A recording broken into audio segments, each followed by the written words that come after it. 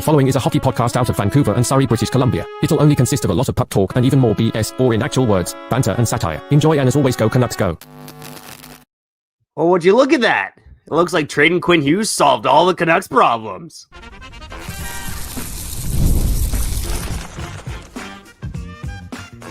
You're Locked On Canucks, your daily podcast on the Vancouver Canucks, part of the Locked On Podcast Network, your team every day. Hey, the Canucks are unbeaten in the Quinn Hughes era, and we got in the Quinn Hughes list era, and we got you covered for all of it here on Locked On Canucks. My name is Trevor Beggs, sports reporter for Daily Hive. That guy's Kyle Bowen. This postcast brought to you by FanDuel. If you want to be right in the middle of the action this season, visit FanDuel.com and place your live NFL bets all season long. Kyle, the Canucks won a barn burner in New York. Lots of chances both ways. Really exciting game. Lots going on. They come away with a 3-0 victory over the New York Rangers.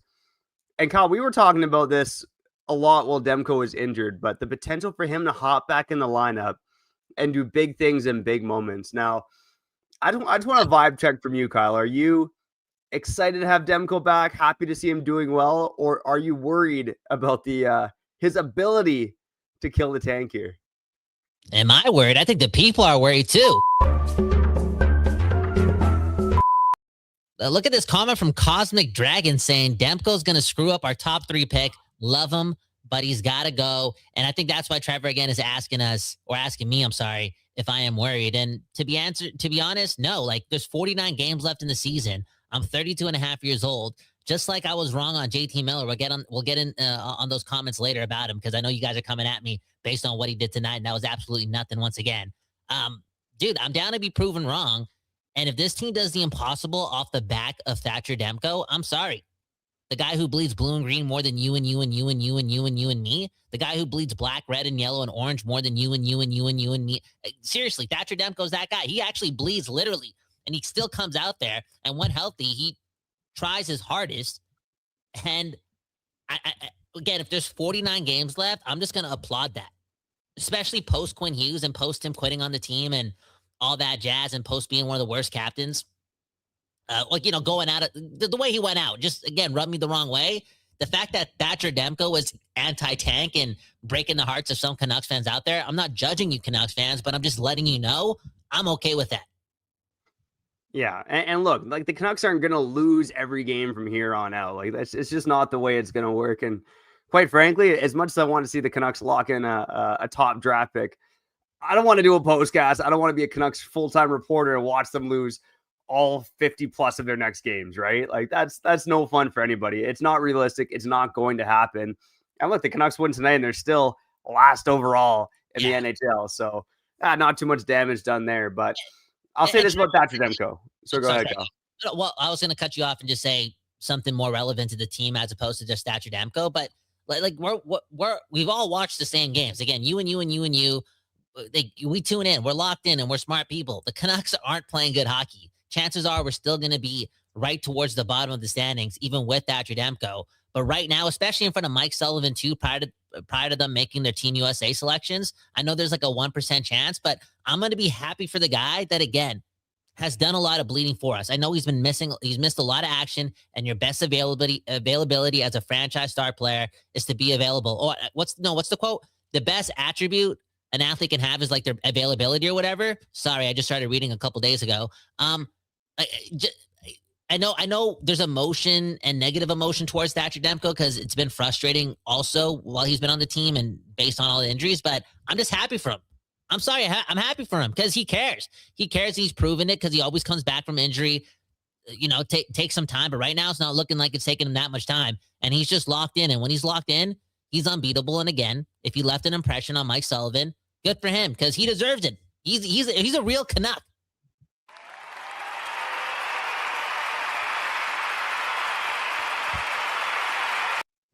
I'm glad you came in with that energy, Kyle, because I do think it's fair to give Thatcher Demko his flowers here. And if there's a night, like you said, where you're going to put on your A game, have your best performance, become the first Canucks goaltender in 26 years to post a shutout at Madison Square Garden, do it in front of the guy who's calling or helping call the shots, I guess, for the U.S. Olympic team. I know Bill Guerin is up there actually calling the shots, but he's always got some pretty close tabs on Vancouver as well now too, especially with 3 of his ex-players there.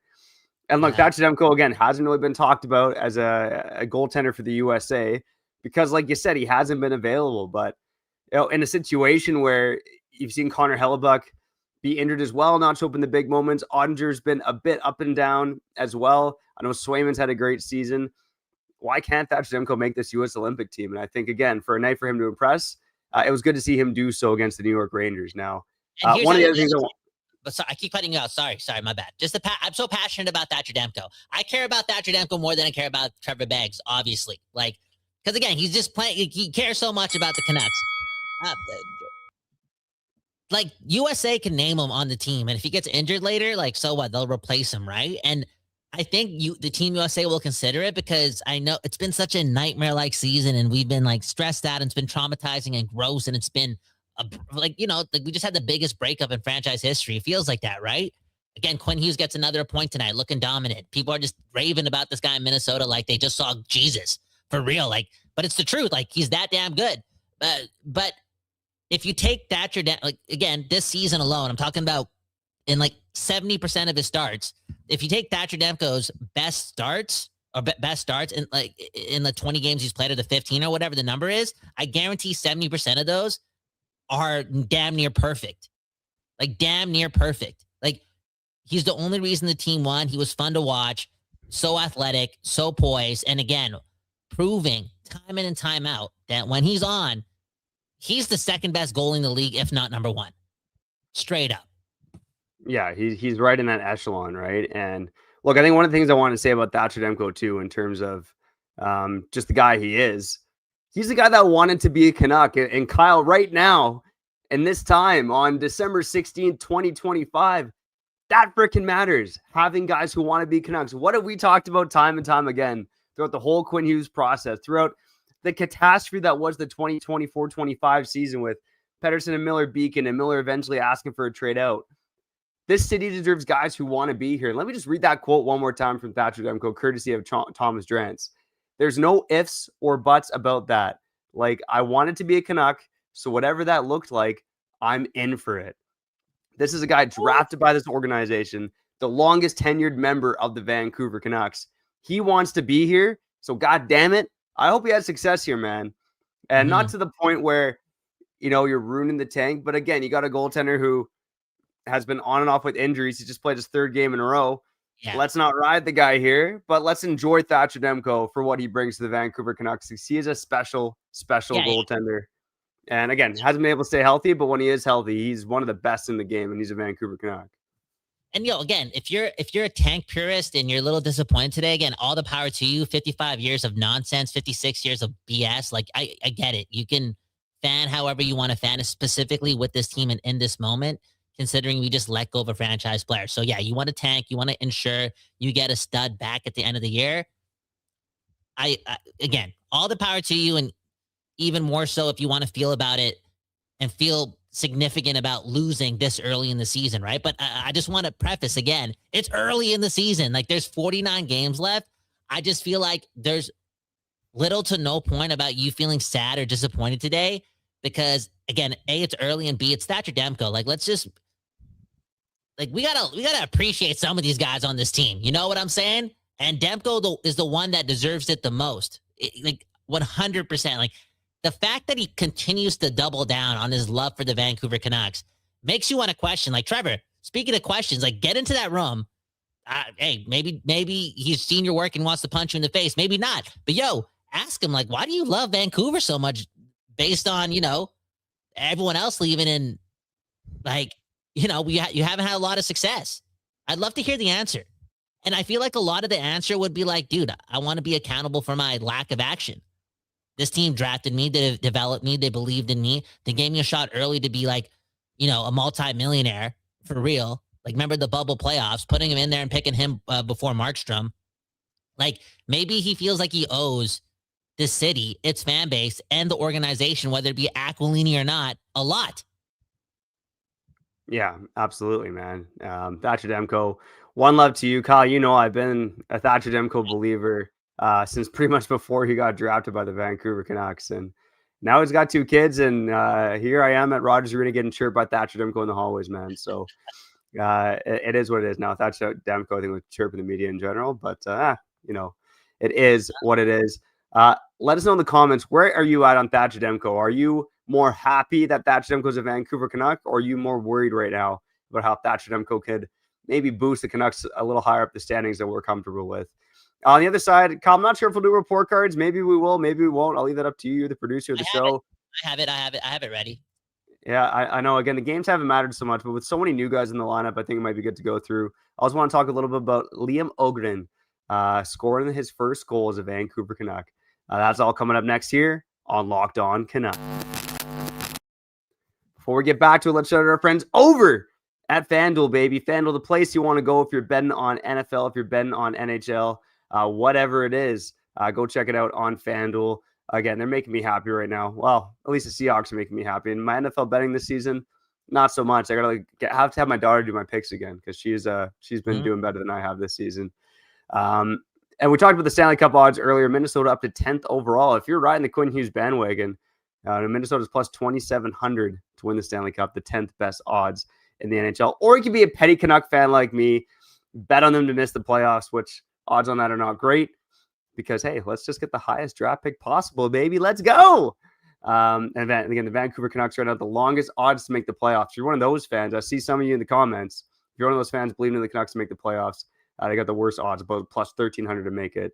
Again, go check all that out on FanDuel. Visit FanDuel.com or go download the FanDuel app today. All right, let's shout out our friends over at Doer. You know what to do. You got to do the Doer, baby. Doer, man, oh man, I've never felt better than I have since I started rocking the Doer shirts, the Doer pants. Again, they're known for their jeans, the world's most comfortable pants, but they got other pants, other shirts as well.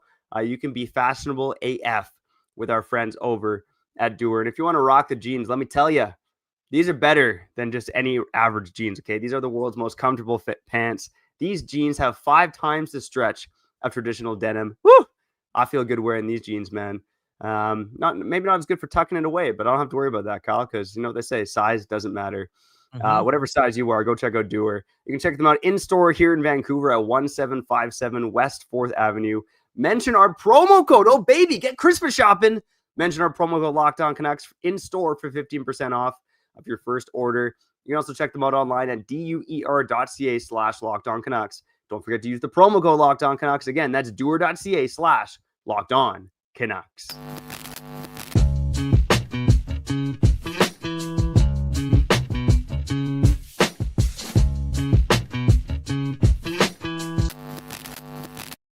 Okay, we back doing this, talking about your Vancouver Canucks. My name's Kyle Bowen. That right there is the second greatest dad of all time. I want to get to some comments before we dive into report cards and whatnot. But Trevor, man, you said it was hectic, like you were a game time decision today, for real, to make the postcast. And I don't know, second best dad in the world. I know there's some fathers out there, probably tuning in to this show in the washroom because they got to get away from the kids. Like, how'd you do it this time, man? Well, the issue tonight is we're going out tomorrow, so I basically cooked dinner tonight, and I cooked dinner for tomorrow. Ooh. And then I'm trying to, both kids didn't have a bath last night because we were at the Rogers Arena media skate, so we came home late. So I had my son take a shower just to speed things up. And they didn't want to leave the shower. My daughter had a shower too. My kids are 5 and 2, they're a little young to shower, but whatever. Yeah.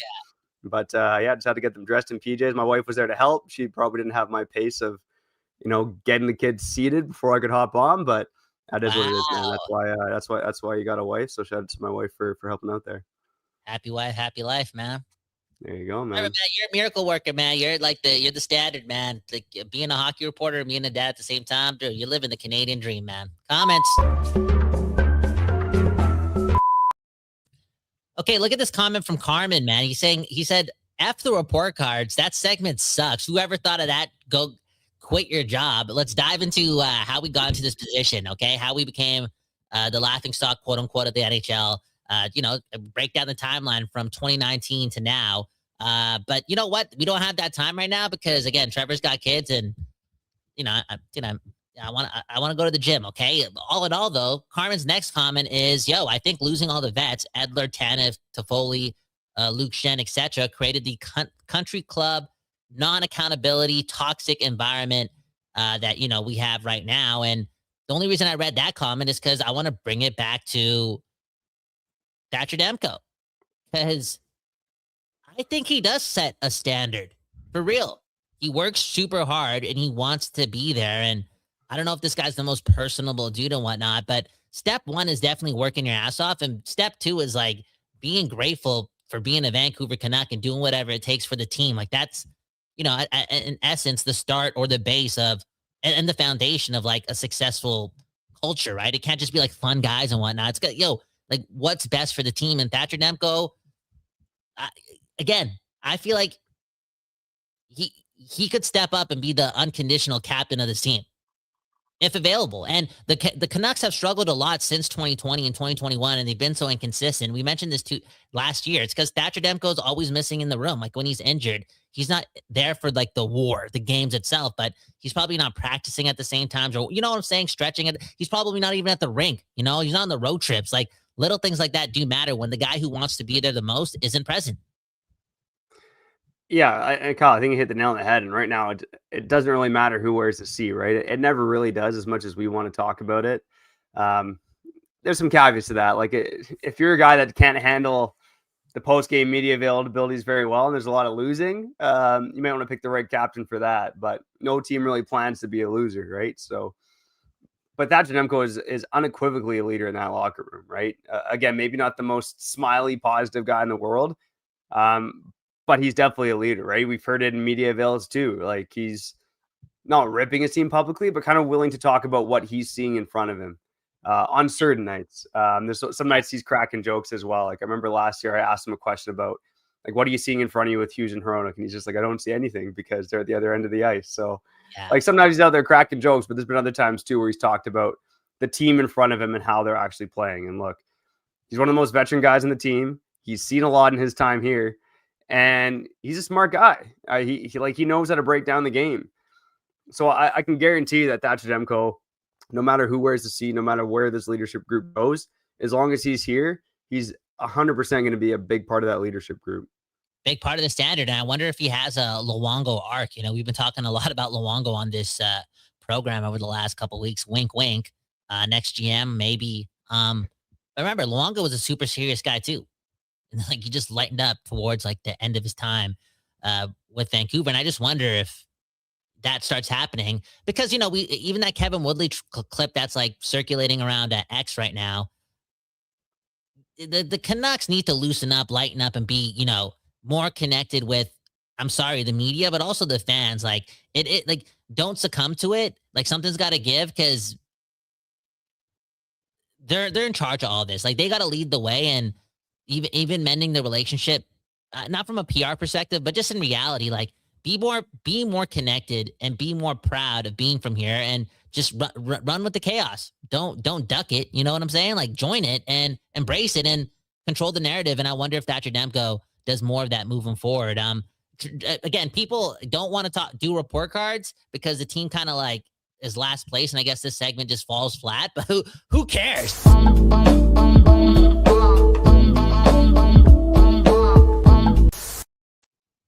Well, Kyle, the beautiful thing about report cards is it is 5-ish minutes for a report card, so we can rip through it pretty quick if you want. And again, there's some players here that we haven't touched on the report cards yet. So I'll start with Tom Lander. I didn't feel like it was his best game tonight. Kind of locked in his own end a little bit. By the way, I do want to mention to you, Kyle. I'll give Tom Lander a C on the night. Mm-hmm. How do you think Tom Lander feels about Zeev Buoyant playing 20 minutes while he's playing 12 minutes? You think he cares at all? I mean, you got a guy drafted a year after him, so he's a year younger. He comes to a new team, and all of a sudden, he's the one playing top 4 minutes while Tom Lander's on the bottom pair with GD. Trevor, man, come on! You don't think they're like I'm not saying they're pointing the gun at Adam Foote, but come on, they're not. But they're probably stubbing his toes. They're threatening you. Yo, we're gonna stub your toes, Adam Foote, if you don't let Zeev Buoyant play a lot of minutes and sell some tickets. Straight up, they're threatening to stub Adam Foote's toes. Put that in Daily Hive, okay? That's why, because I never thought about that. That's a good little observation there. But Trevor, no drama, okay? Tyler Myers, didn't he just unfollow Thatcher Demko on Instagram and these two just like walked in together? All right. No, we're not TMZ. I haven't verified that yet, but No, I no, was floating around.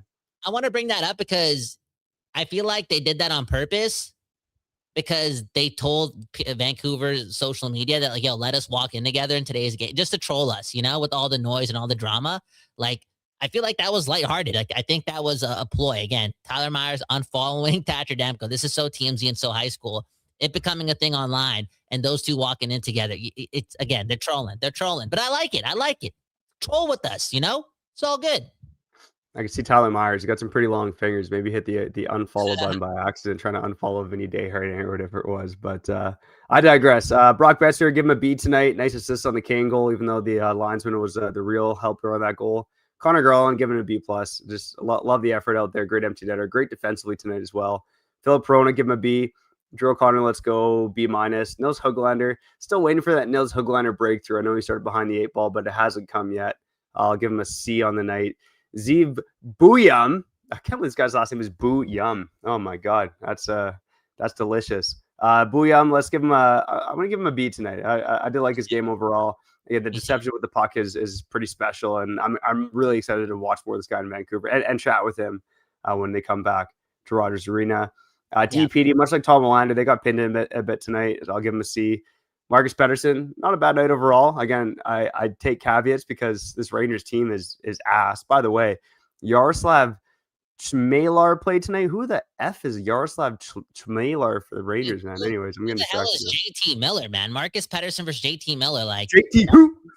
That's got to be a little a topic of conversation too. And I think, like, to end off this season, I would like to see a much better Marcus Pettersson. Like, maybe we'll touch on that at the end of the show, but the Canucks have been playing better defensively. Like, the bar was so low, but over the last, I would say, like 15 days now, 16 days, they have been better. And I wonder if, like, it's because we're seeing less Marcus Pettersson and Tyler Myers together for real. And all in all, we do need to see, like, Marcus Pettersson, like, play 50 good games of hockey to end off the season. That would help me sleep better at night.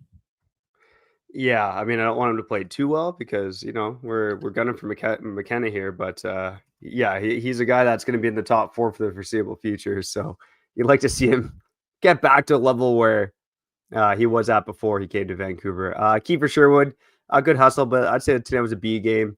Tyler Myers, a little chaotic as always. Let's give him the B-. Max Sasson didn't play a lot, but good speed, good hustle. Let's give him a B-. David Kampf, did he play? Let's give him a C. Jake DeBrusk, I'm going to give him a C+. Evander Kane, C+. Glad he got the goal there. And let's get to Liam Ogren here, okay? Liam Ogren, a team low 721 of ice time in this game. He only played 8 shifts overall. But the dude wearing Vasily Podkolzin's old number 92 gets his first goal as a Vancouver Canuck. And Kyle, we talked about this earlier today. Go check out the episode with Seth Tupal, Locked on Wild expert. This guy just reminds me a lot of Vasily Podkolzin, just maybe a bit faster, maybe a bit better with the puck on his stick, but a very similar north-south, hard-working, blue-collar type player here. And we saw that tonight from Liam Ogren in his limited ice time. 100%. And even watching today, like, not to be an asshole, but I wonder if he finishes the season strong and he's a piece for, like, a bigger trade. Like, or a different trade, because I wonder if, like, you could have him and Carlson on the same team. Like, Carlson's kind of like him too, like Carlson's obviously better because he's older and he's been developing. But yeah, we'll see with Liam Ogren. But yo, congratulations! Is it Liam or Liam? Liam. Okay, yeah, congratulations, and I loved his energy. Happy for him. Okay, happy for him. Yeah, 100%. Marco Rossi. There's some really good things out there, right? In terms of just the puck on his stick, he's a really good heads-up player, some good speed in his game as well. You can see right now he doesn't quite have the chemistry with DeBrusk and Besser, but Kyle, we were kind of saying in the group chat as we were watching the game that DeBrusk and Besser shouldn't really be on the ice together at the same time. Like, it just has not worked throughout DeBrusk's time in Vancouver, so I kind of feel a bit bad for Marco Rossi on that one. I give him a B tonight overall. Linus Karlsson, let's give a B+. I thought he was pretty noticeable tonight compared to a lot of Canucks. And then Thatcher Demko gets the A. All right, speaking of the A's, man, let's give some commenters some A+ on the other side here on Locked On Canucks. All right, before we get back to it, let's shout out our friends over Ad. Oh my God, I don't have the ad up. Who am I shouting out? Oh, it's Indeed, baby. There you go. Okay. For all you unemployed out there, for you with a business looking to hire somebody, make sure you go use Indeed, especially when it comes to hiring, because Indeed is all you need. Stop struggling to get your job posting on other sites, because Indeed sponsored jobs puts your posts at the top of the page and helps you reach the right candidates faster. Man, oh man, Indeed came in the clutch for me earlier this year when Kyle Bowen departed the show for Deepak Roberts III. But Kyle, don't get me wrong, man. I'm stoked that you're back here on Locked On Canucks. I wouldn't want to do it with anybody else except for Deepak Roberts III. And if you're hiring, again, go make sure you check it on Indeed. Now you can speed up your hiring process with a $75 sponsored job credit. Just go to Indeed.com/lockedon right now and support Locked On Canucks by saying you heard about Indeed on this very podcast. Locked On Canucks. Terms and conditions apply. Hiring, Indeed, is all you need.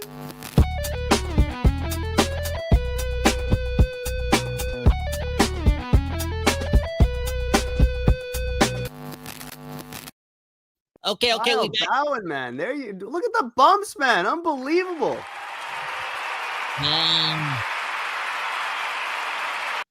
That's what happens when you remove Quinn Hughes from the dressing room. You know, you work harder. For real. Anyways, let's get to the comment. Dan Jardine saying Podkolzin scored his 9th goal tonight. Who do you miss more, Quinn Hughes or Vasily Podkolzin? The one who wanted to be here. That's Vasily Podkolzin. Hey, at least we got some good assets for Quinn Hughes. We got a measly 4th-round pick for Vasily Podkolzin. So we got a Vander Kane for Vasily Podkolzin. You can also look at it that way too. Yeah, and I mean, Vander Kane. I'm telling you, allegedly, assumingly, if it does happen and like the NHL learns that Evander Kane and that referee are playing for Team FanDuel too, like that when they show that, when Cash Patel shows that highlight, because that's what I'm trying to say. Yo, Canucks fans, don't worry about the tank being ruined. Look at the 2 goals we scored today. Look at the 2 goals we scored. Look at the goal that the game-winning goal in our last game.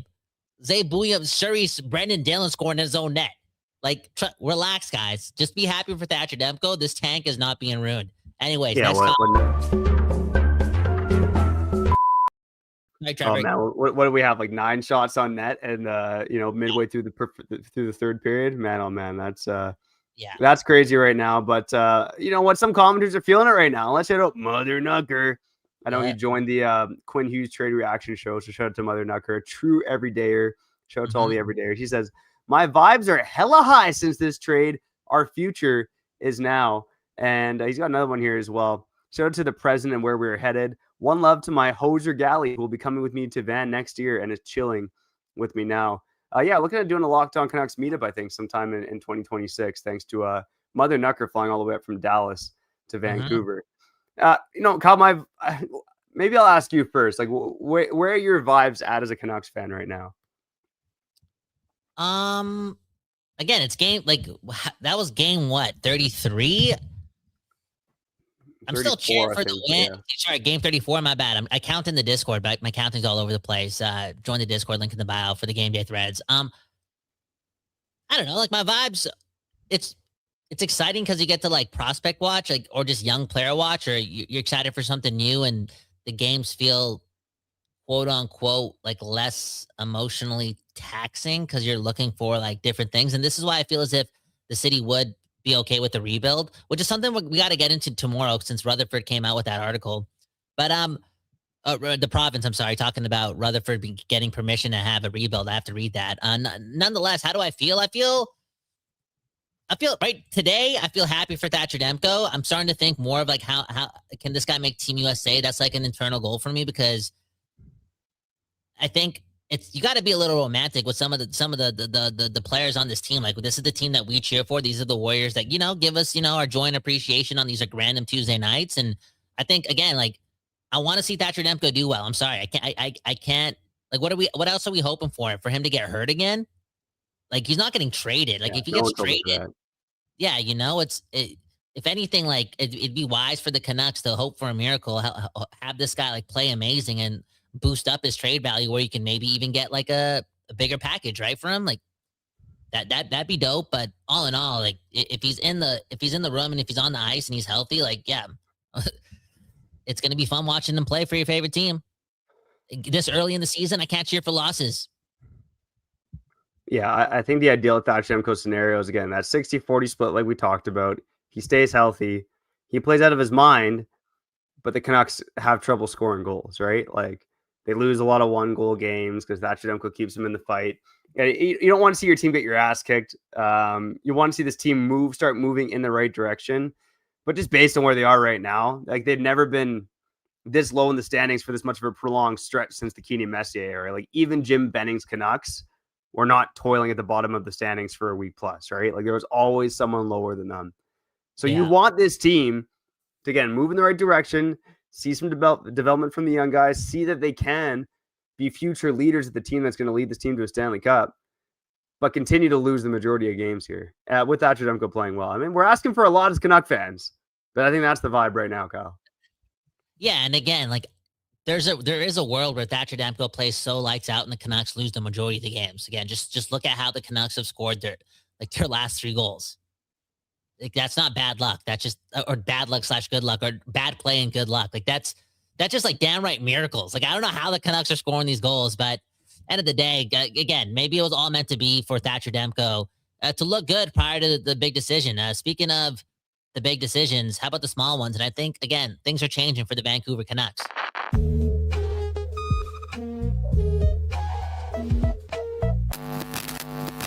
Okay, this is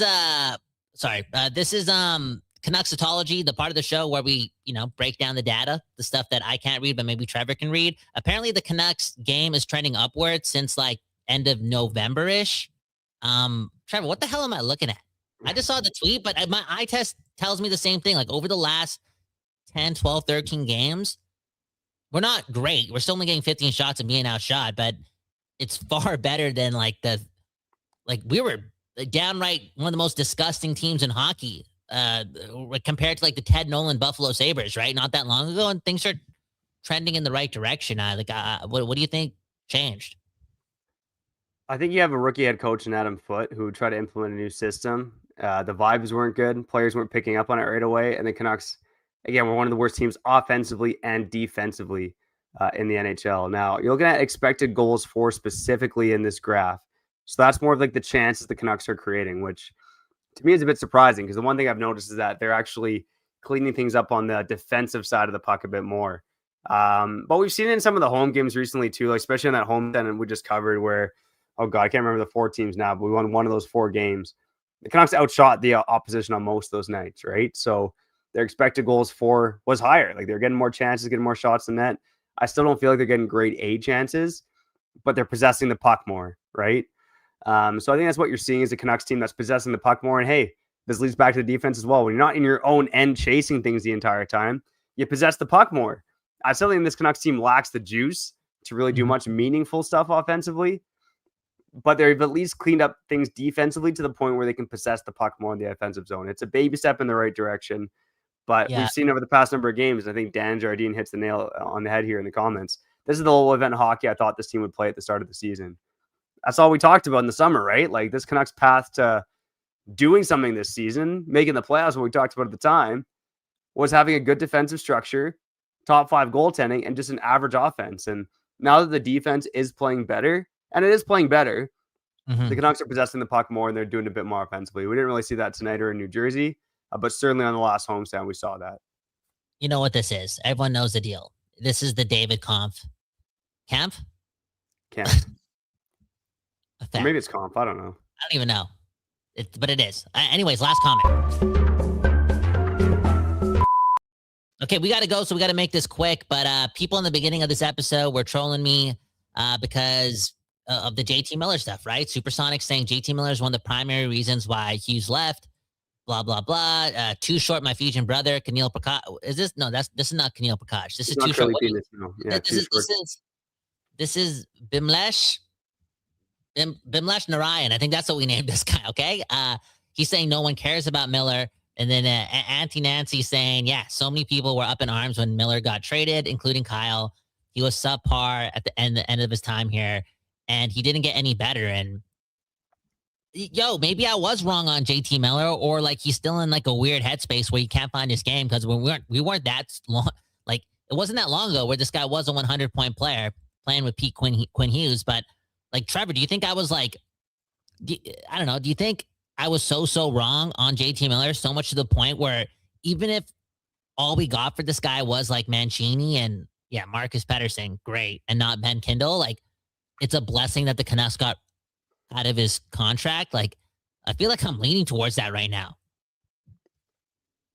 Here's my theory on it, and I don't think anyone's going to like this, including Miller and Pettersson, but I feel like they needed each other.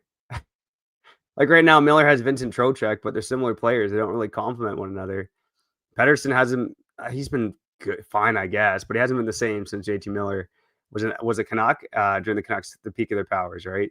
I feel like they kind of needed each other, which is the odd thing about that whole debacle there. But Miller's gonna be 33 this year, Kyle, and he's the same age as you and I. And you don't like it when I chirp the 32 and 33-year-olds, but Miller at this point in his career is probably better as a second line center.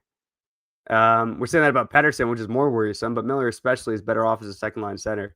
He's the number one dog in New York right now, and his backup is also a good second line center, and they don't have any depth. So there you go. You have a team with not a lot of depth, not a lot of great center ice depth, especially, and you're seeing it. They can't score. They can't generate. And I think Miller, I'm not going to go as far to say as like the Canucks did a good thing by getting rid of him. Mm-hmm. It's so hard when you have those personalities involved. So it would have been better off if they just both got along, sucked it up, and played together. But at the end of the day, like it's interesting to see the downfall of JT Miller. It really is, and it's making me smile, man, because I'm an asshole. Wow, no, because you hate Justin Timberlake because your wife had a crush on him, and it made Don't you be so quick to walk away. Hate all JTs. Anyways, I'm not gonna like pray that I was wrong or like hope that like JT Miller never bounces back and thus like justifying Alvin's, involvement of getting rid of that contract. But I don't know. This could be a good thing, man. I'm holding on to any good thing. And again, I'm down to be proven wrong. We're just talking, man. The microphone cost $47 on Craigslist. Okay. Next thing you know, you're doing this. Okay. The easiest job in the world is this. And sometimes on the job, quote unquote, you're wrong 90% of the time, but it works. That's why, come on, $40 and you're living the dream. Anyways, Trevor, sign us out. All right. One love to you and you and you and you and you for tuning in to this episode of Locked On Canucks. If you like what we're doing, share the episode with a friend, a colleague, even your mom. She's going to love it. On the YouTube side, make sure you hit the goddamn like button and subscribe to the channel. Helps us out a lot. Shout out to the new listeners who have joined us post Quinn Hughes era. Shout out to the occasional listeners and a special shout out to the everydayers. On the podcast side, you can follow us. Leave a 5-star review as well. It helps us out a lot. I'm Trevor Beggs. That guy's Kyle Bowen. And you've been listening to Locked On Canucks.